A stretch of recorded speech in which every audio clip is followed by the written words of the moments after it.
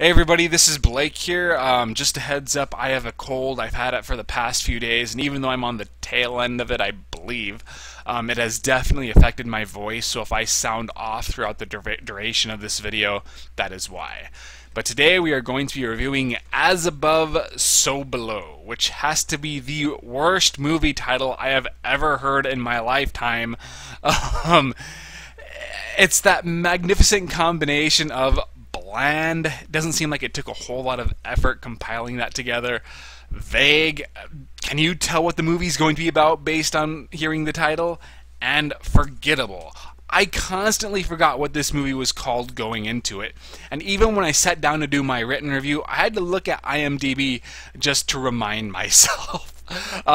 So whenever I say the title, As Above, So Below, throughout this video, there's likely going to be a pause preceding it as I remind myself what it is called, because my brain still has not fully processed this title. But what's ironic is even though I hated the title of this movie, I was actually really eager to check it out. I thought the trailer looked good. I liked the premise, the location, everything about it just seemed like it would be a pretty interesting film. And even the found footage angle, which I'm generally indifferent to, that seemed to add to its potential. And keep in mind that, I'll see most found footage movies in the theaters, but only because I feel like I have to. I very rarely look forward to them.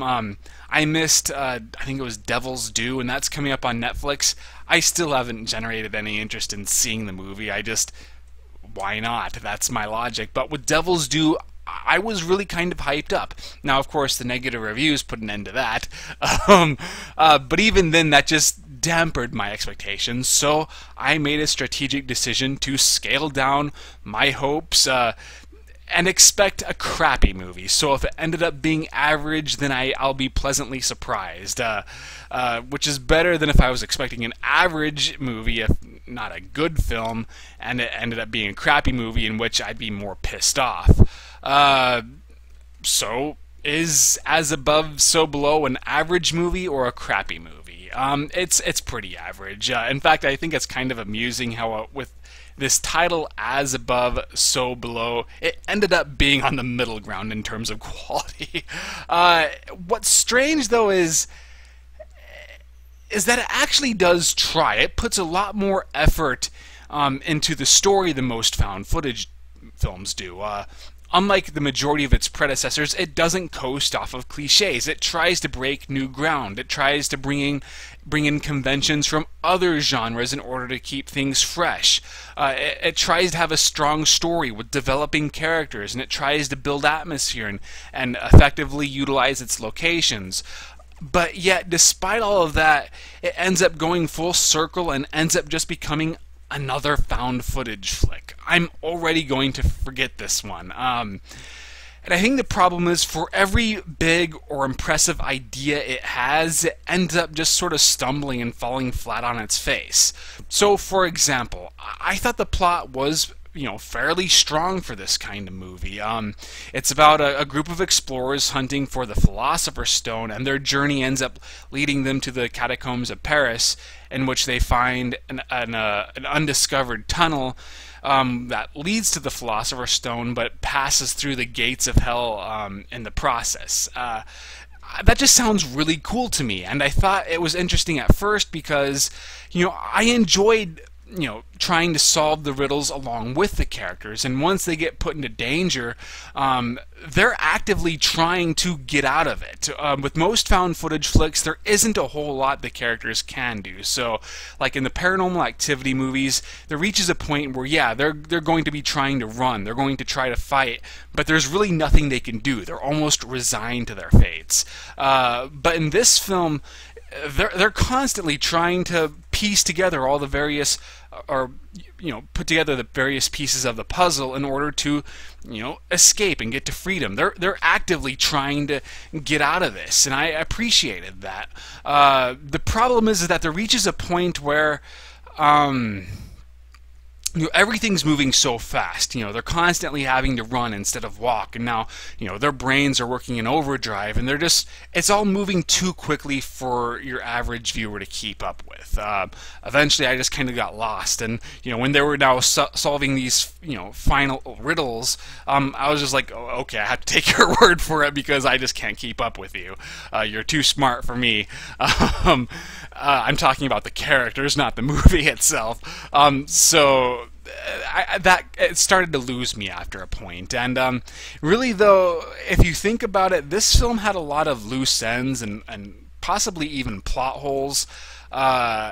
I'm all for ambiguity. One of my favorite movies is The Curse of Frankenstein, which it has an ending that could be argued as totally inside the main character's head, or it could have all happened. You don't know, but the fact that you're thinking about it really does heighten the experience. With this film, though, it just seemed like the film didn't really think itself through. So, okay, it makes sense when the characters get to the gates of hell and they start experiencing supernatural or paranormal activities, or even when they get close to the gates of hell. But at the same time, it seems like they're experiencing supernatural issues long before that. In fact, during the very first scene, the main character sees a person hanged, which you presume is a vision of some sort. So obviously hell has been trailing these people for quite some time. But unlike, let's say, Devil, and I use that example because the people who made this also made that movie, where they make a big point that these characters were meant to be at this spot at this time. As above, so below never really provides that or offers that kind of information. So it just kind of seems like a weak way to provide some scares early on, even though it makes no sense for the scares to be there. Also, do they ever go over the footage that they film? Because, once again, the opening scene, she's filming all of this stuff. She sees a vision of, somebody hanging. Okay, well, I was actually wondering if maybe, this could all be taking place in their minds, but that wouldn't make any sense considering we're seeing it with them, and it's a found footage flick, and the whole point of that is you're seeing what really happened, so that wouldn't make a whole lot of sense. But they use that footage in order to decipher some of the markings they see, but they never bring up the hanged person again. So what? That bugged me. Considering they should have saw that. And I guess you could understand the rest of it. But then, like, one character keeps seeing this woman. And she's creepy. There's obviously something ghostly about her. But at the end, a character reveals, they abandoned some girl and her baby, and you presume, okay, that's the backstory which God, I'm screwing this up. That reveals who she's supposed to be, apparently, because everything they're seeing is based on their guilt, their past sins. So why is this other character seeing this chick? Shouldn't the person who is responsible for the sin, shouldn't she be harassing him? But no, she's harassing a totally different character. That was weird. So even though the story definitely is accompanied by a lot of big ideas that are definitely ambitious and interesting, there's just a lot of holes that plague it. So I can't call this story well put together. In fact, that I can't call the entire script all that intelligent, even though it wants to be, because there's too many loose ends. The character development was also pretty weak.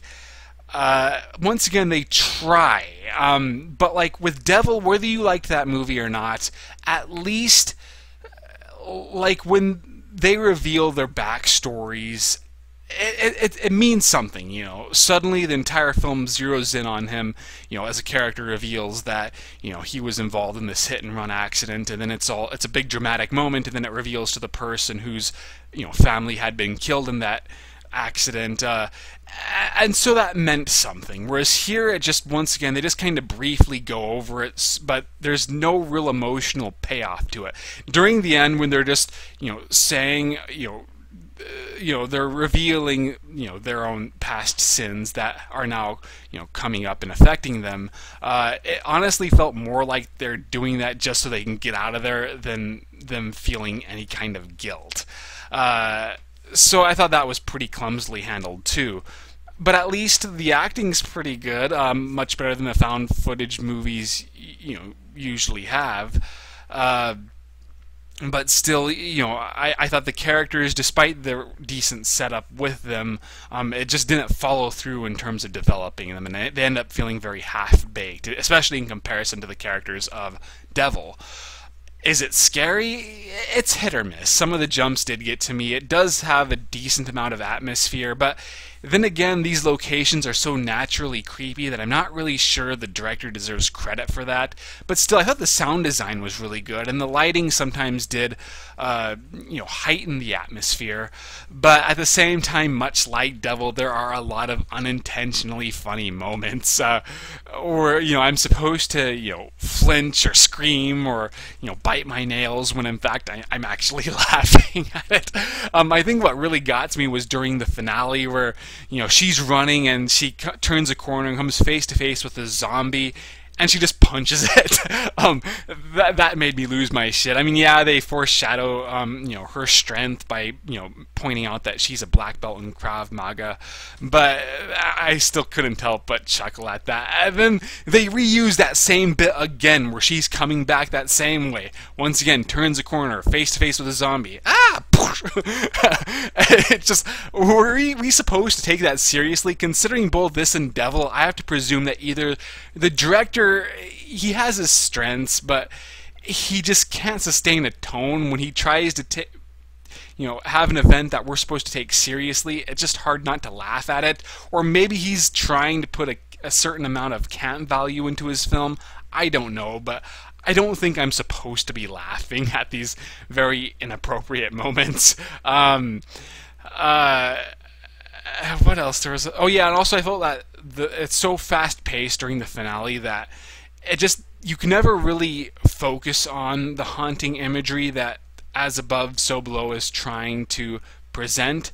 I was often more confused than anything at what was popping at the screen. I know there's some sort of ghoulish figure, but because you could barely see it because everything's moving so fast, it just doesn't really have leave an impact on you. So that's really all I have to say. To me, it was average. If you like found footage movies, I think it's worth checking out.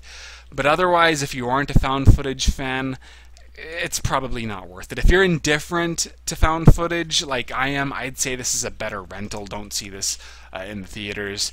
But it's a shame, though, because it had so much potential, and I do really respect the effort. One thing I hate about found footage movies is that they've gotten so lazy, like Paranormal Activity 4. You've seen that same shit over and over again, and it's not even trying to give us anything new.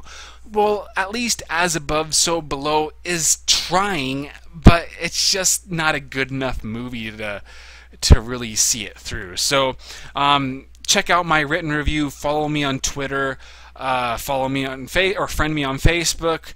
And that is all I have to say. I hope you enjoyed this video. I'll see you guys later.